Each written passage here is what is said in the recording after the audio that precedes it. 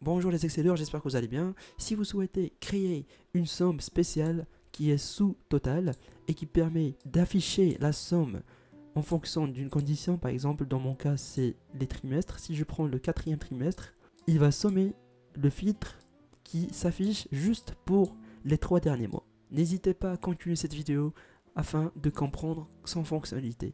Bonjour les excelleurs, j'espère que vous allez bien. Dans cette nouvelle vidéo, je vais vous montrer comment utiliser quelques méthodes différentes afin de calculer des sommes en ligne et en colonne. Et même en bonus, je vais vous présenter une nouvelle manière de calculer une somme en fonction d'un filtre. Comme vous le savez, nous avons la méthode traditionnelle, c'est somme, première case, plus deuxième case, plus la troisième case, et on glisse. Et même en colonne, première, deuxième, troisième, etc. jusqu'à la fin et on glisse. Par contre, cette méthode est très déconseillée parce que si jamais vous oubliez, dans notre cas, on a oublié encore 5 ou 4 petites cellules, tout le calcul sera erroné. Donc, il existe encore une autre méthode qui est de prendre toute la plage et cliquer sur OK. La même chose ici, somme, on va prendre toute la ligne. Vous avez encore une autre méthode qui se trouve au niveau des fonctionnalités d'Excel et qui se trouve exactement sur l'onglet accueil, somme, et cela va se faire d'une manière automatique. Vous avez aussi un autre raccourci qui est lorsque vous allez vous positionner au niveau de votre case où vous souhaitez mettre le résultat, vous allez cliquer sur Alt plus égal et la somme sera faite d'une manière automatique.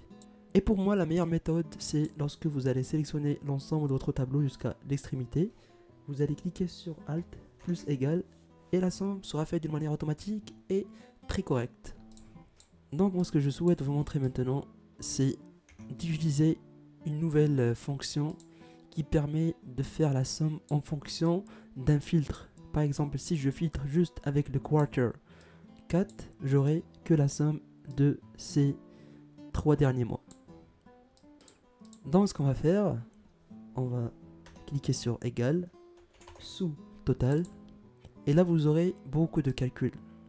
Ce qu'on veut nous, c'est la somme. On va cliquer 2 fois, et on va mettre point virgule, et on va sélectionner l'ensemble de la plage qui se trouve au niveau du produit numéro 1, et on va cliquer sur entrée. On va glisser de même. Alors ici, on va appliquer un filtre. On clique sur l'onglet données, puis filtrer. Et si jamais je filtre juste par le quarter 2, la somme prendra en considération juste le chiffre d'affaires réalisé par le produit numéro 1 pour ou bien dans le trimestre numéro 2. On va juste assurer que cela est juste. On va prendre la première, deuxième, troisième. Et voilà, on a le bon chiffre. Ici, on change. On prend le quarter 3. Nous aurons un chiffre d'affaires qui va changer. Et pour le total, on va utiliser notre fameuse méthode, c'est le Alt Control. Ici, on fait un filtre. Par exemple, on prend le 3e trimestre. La somme prendra en considération que le chiffre d'affaires pour le 3e trimestre. J'espère que cette méthode vous aura plu. N'hésitez pas à vous abonner et à laisser vos commentaires et vos recommandations afin de produire encore plus et plus de valeur et de ce type de vidéos. Merci.